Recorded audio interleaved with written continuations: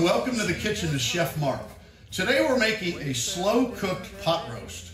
Last night we went to Whole Foods and we got a 2.5-pound chuck roast.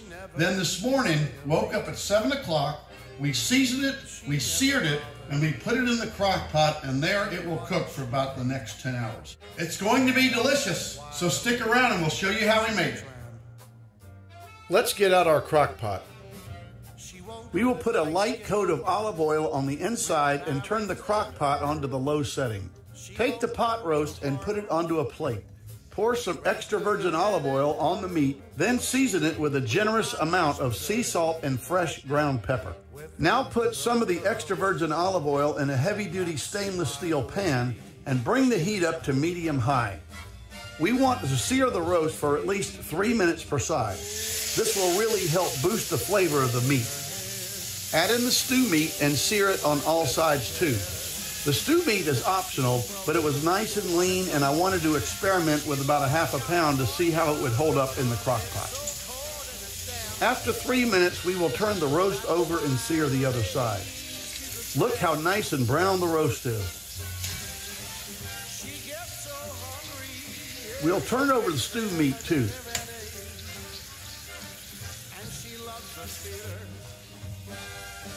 Now let's make sure all sides of the roast are seared too.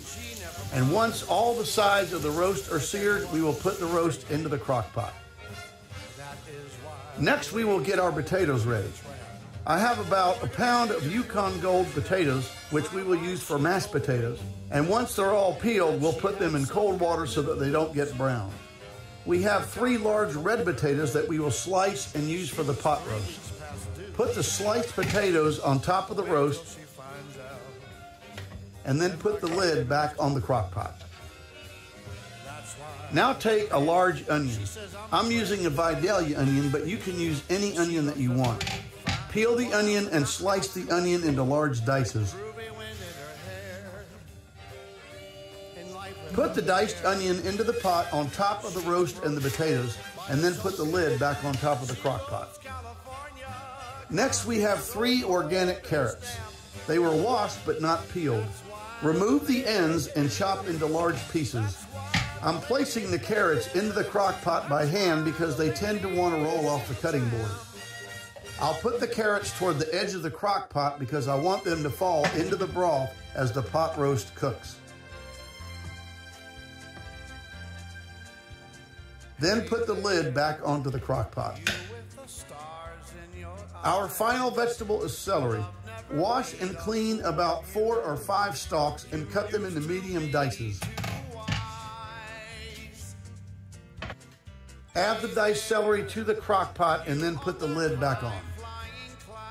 Time to make our broth. Now, some pot roast recipes call for water, but I don't like plain water because there's no flavor in water. My favorite way to make stock is to use Better Than Bouillon. It's made from vegetables and meat.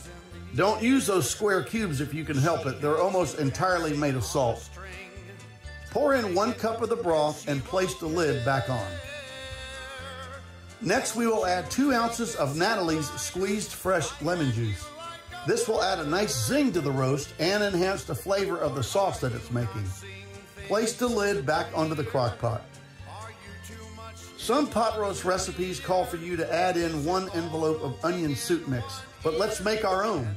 In a small ramekin, add 1/4 teaspoon each of celery seed, pepper, sugar, and paprika, and 3/4 of a cup of dried minced onion. Pour the seasoning over the pot roast and vegetables, making sure that it is spread out evenly. Then put the lid back onto the crock pot. Give the vegetables a nice stir so that everything is coated with the seasoning, and that's it. Now we'll cover and we'll seal the crock pot and allow the roast to cook for 10 hours.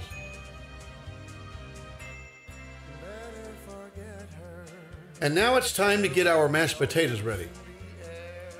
Take the Yukon Gold potatoes out of the refrigerator, dice them into small dices, and put them into a pot of salted boiling water for about 40 minutes. Once the potatoes are cooked, we'll drain them and put them back into the pot. Now we'll get our seasoning for the potatoes ready. We're going to use salt, pepper, sour cream, 4 ounces of cream cheese, and a half a stick of butter. Now let's add in the butter, the sour cream,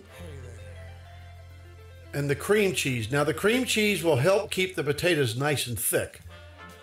Using a fork, let's mix everything together so that the potatoes stay nice and thick and lumpy. And now it's time to serve. Look at that delicious pot roast. The meat is fork tender.